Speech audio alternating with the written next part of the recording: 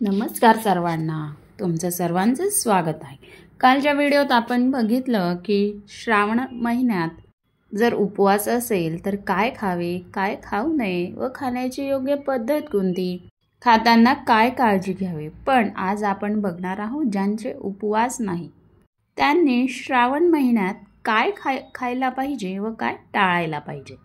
श्रावण महिना म्हणजे पावसाळ्याचा मध्यभाग आणि धार्मिक व आयुर्वेदिक दृष्टिकोनातून खूप महत्त्वाचा मानला जातो।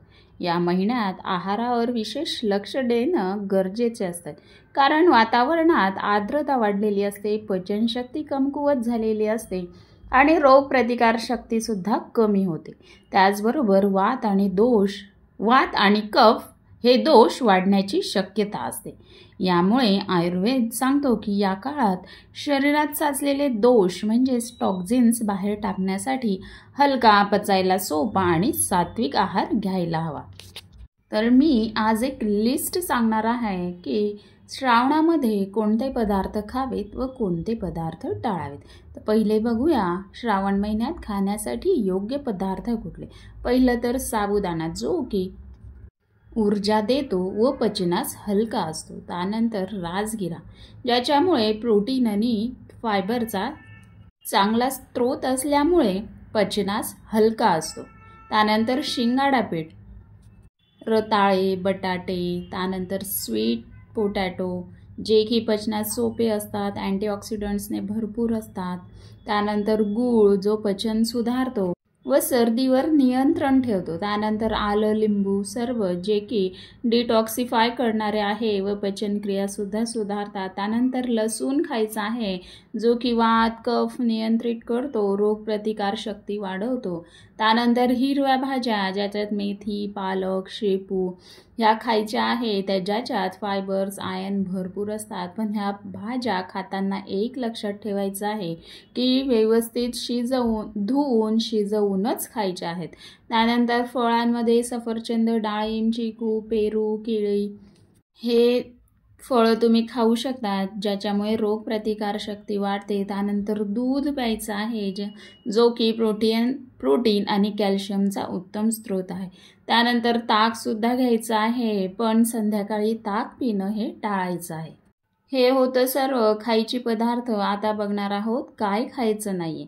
पहिलं तर मांसाहार, जे की पचनशक्ती कमी असते आपली श्रावणामध्ये, त्यामुळे मांसाहार खाणं टाळायचं आहे।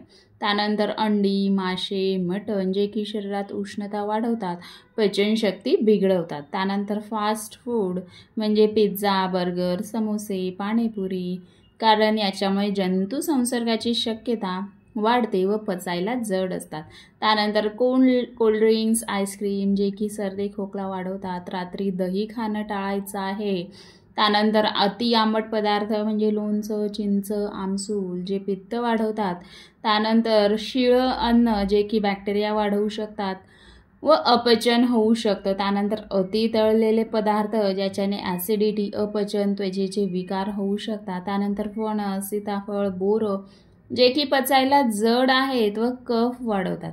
त्यानंतर आता बघणार आहोत उपवास करताना काय गोष्टी पाळायच्या आहेत। पहिलं तर उपवासाची वेळ म्हणजे सकाळपासून सूर्यास्तापर्यंत उपवास करा, पण नंतर सात्विक आहार नक्की घ्या। त्यानंतर हायड्रेटेड राहा, ज्याच्यामध्ये तुम्ही सरबत, पाणी घेऊ शकतात।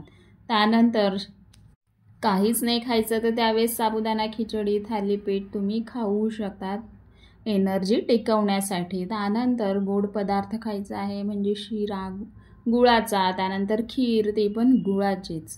आणि श्रावण महिन्याचे आहारातील नियम मी काही सांगणार आहे, ज्याच्यात सात्विक, शुद्ध आणि ताजं अन्न खायचं आहे। जड, आंबट, फास्ट फूड आणि शिळं अन्न खाणं टाळायचं आहे। सर्दी खोकला टाळण्यासाठी दालचिनी, हळद, आलं वापरायचं आहे। जेवण गरम, ताजं आणि शिजवलेलंच असावं। शरीरात वात, कफ वाढू नये म्हणून योग, प्राणायाम करायचा आहे। श्रावण महिना हे आत्मशुद्धी आणि शारीरिक शुद्धी याचं प्रतीक मानलं जातं। योग्य आहार घेतल्यास तुम्ही सहजपणे शरीराची प्रतिकारशक्ती वाढवू शकतात आणि मानसिक शांतीही मिळवू शकता। तर हे होते काही पदार्थ खायचे आहेत व टाळायचे आहे, तर नक्की प्रयोग करून बघा व व्हिडिओ कसा वाटला ते कमेंटद्वारे नक्की कळवा। तर पुन्हा भेटूया अशा नवीन व्हिडिओसह माहितीसह. तोपर्यंत स्वस्त रहा, मस्त रहा. धन्यवाद.